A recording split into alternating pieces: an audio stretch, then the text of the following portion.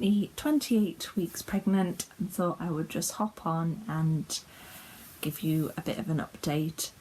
I have been feeling less tired the last couple of weeks, which has been brilliant.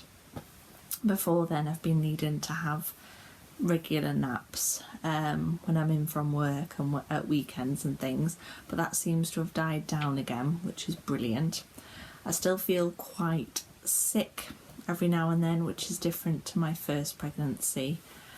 However, I am managing. I'm not taking any medication for it, but I have been offered by my consultant that if I do want something to stop the nausea, he's more than happy to prescribe it, which is brilliant. It's good to know. So if you are feeling still a bit sicky at this stage in pregnancy, it is completely normal. Some people do.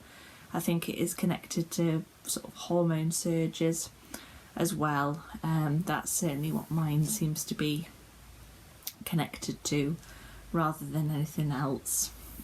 Diabetes wise, I have reached the stage of my pregnancy where I'm becoming insulin resistant. So this sounds quite scary. However, it happened with my first pregnancy as well. So what will happen is from now on, from sort of 26 weeks onwards, throughout your pregnancy, your body changes, and how your body uses insulin does change slightly. So you will normally, quite often, need more insulin. So at the start of pregnancy, for 10 grams of carbohydrates, I might have had 1 unit of insulin. By the end of pregnancy, I might need 4 or 8 units of insulin. It is very much trial and error. I've described diabetes before as weighing scales, like old-fashioned weighing scales, and that's certainly how it feels at the moment. It is constantly tweaking and constantly changing.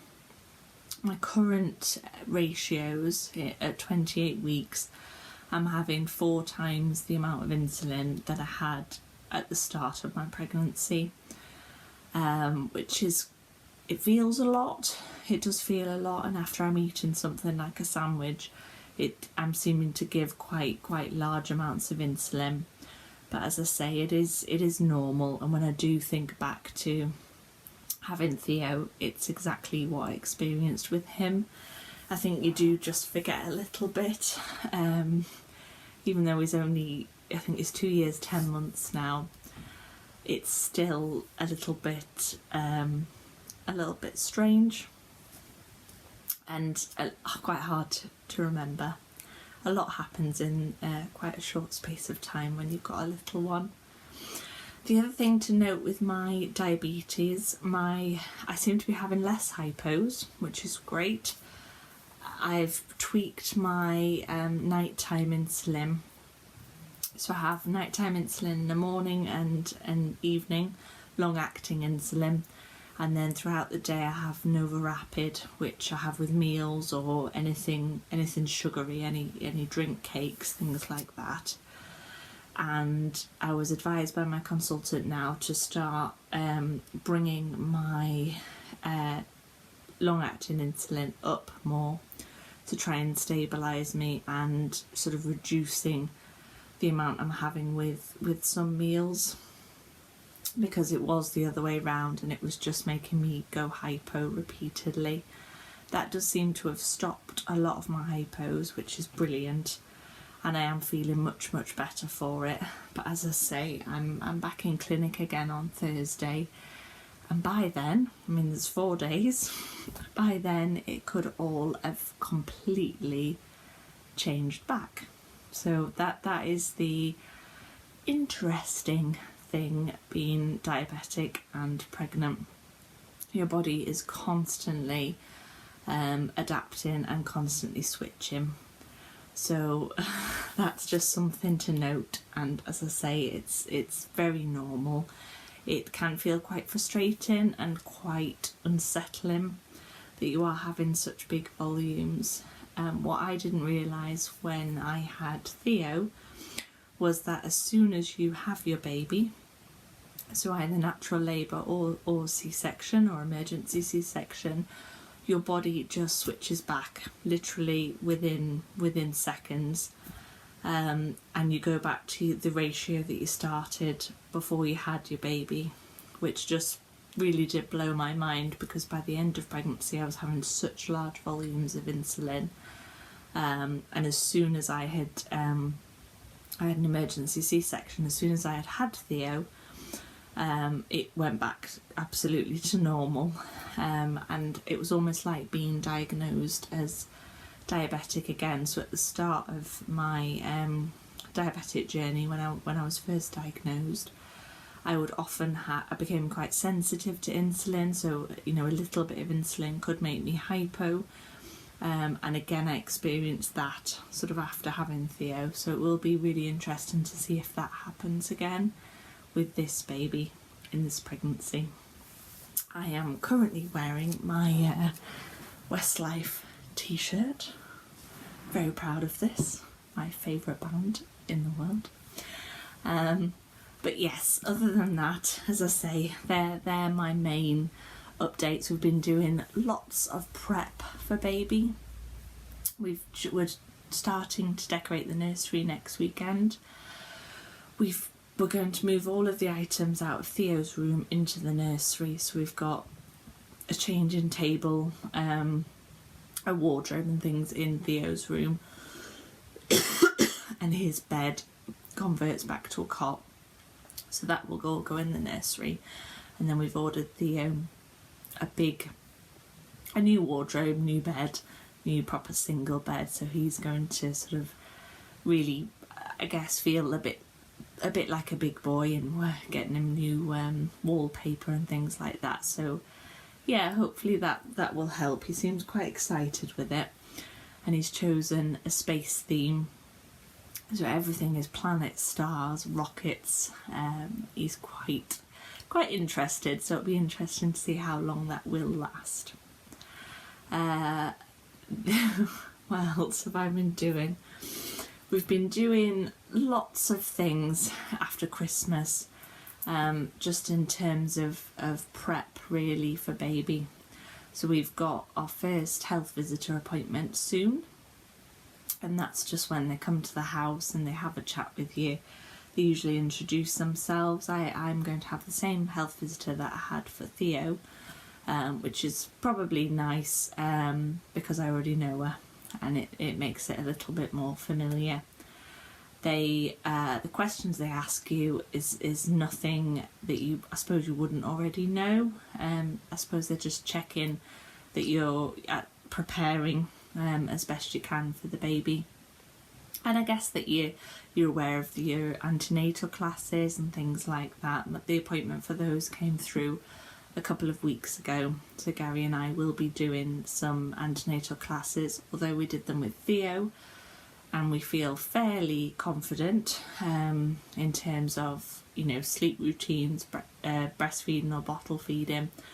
We want to do it again as a bit of a refresher, and also because it will give me a chance to meet some new parents within the local area. A lot of my friends have got children that are Theo's age, and not newborn age again, so that's a slight difference. So it will be nice to have some mum friends again with newborns, as they go through similar things that I will go through with this baby. So fingers crossed they go well. We haven't enrolled in NCT or anything. We didn't with Theo. We didn't really feel it was necessary. A lot of people recommend it. You can just Google it and just have a look. It seems very supportive, and a lot of people get a lot out of them, so that's fantastic. But as I say, I've decided not to again this time. I think there's lots of apps nowadays, such as Bump. I have logged on to that, and I've seen lots of mums and dads within my local area sort of chatting about things, and that's quite reassuring that I could be involved in that if I did so want to, before or after baby. And I might do. When I go on maternity leave, that's when I usually start to attend or just pop in to drop-in sessions or like baby groups. That's what I did with Theo probably a week before he was due. I just used the time to go and sort of see people, meet people, and then I knew which ones I felt more comfortable with. So I intend to do the same. My plan with maternity and work is that because it's a planned C-section this time, I intend to work up until probably 2 weeks before, and I have almost 2 weeks leave to take, so I will take that before my maternity leave starts, and I have the C-section, and that will just give me as much time with the new baby after. And as I say, as of yet, I think I'm still planning on having between sort of 10 months and a year out of maternity leave. But as I say, it's not something you have to commit to with work, so that's quite reassuring as well. So that's good. Gary and I have been thinking about baby names, and we do have a couple picked out for this baby. So let me know if that's something you'd like me to do a video on, sort of how we made that decision. Because there is so much choice, it's ridiculous. We had two or three names with Theo, but for whatever reason the spare names, if you will, just didn't seem right for this baby, even though we love them. We really love the names. So as I say, let me know if you'd like me to do a video on baby names, because it is a big decision. I will show you Bump, as I say, at 28 weeks, and then we can have a bit more of a chat. So I'll just show you properly. So that's a very flattering image there. Hang on. So that's Bump. 28 weeks, and I am carrying it in a very similar way to Theo. So I am sort of mostly out front. My bump doesn't look huge. I don't think it is. It's measuring absolutely average, and the baby is completely sort of straight down the line in terms of weight and percentages and everything. So that's very reassuring and normal as a diabetic mother, and that's the aim, to try and keep the baby as average as possible throughout pregnancy. You do tend to find the baby will gain weight sometimes quicker towards the end of pregnancy. I think that again is a combination of like rush of hormones, and also that the baby is much bigger and just needs sort of again nutrients and everything else from you, like the first 12 weeks when they develop from sort of literally nothing, a couple of millimeters size, to the size of an avocado within a couple of weeks. So it's really quite amazing. As I say, I think pregnancy is something that just blows my mind when you do think about it. It is fascinating. And as I say, the baby by this sort of stage has sort of nearly everything developed.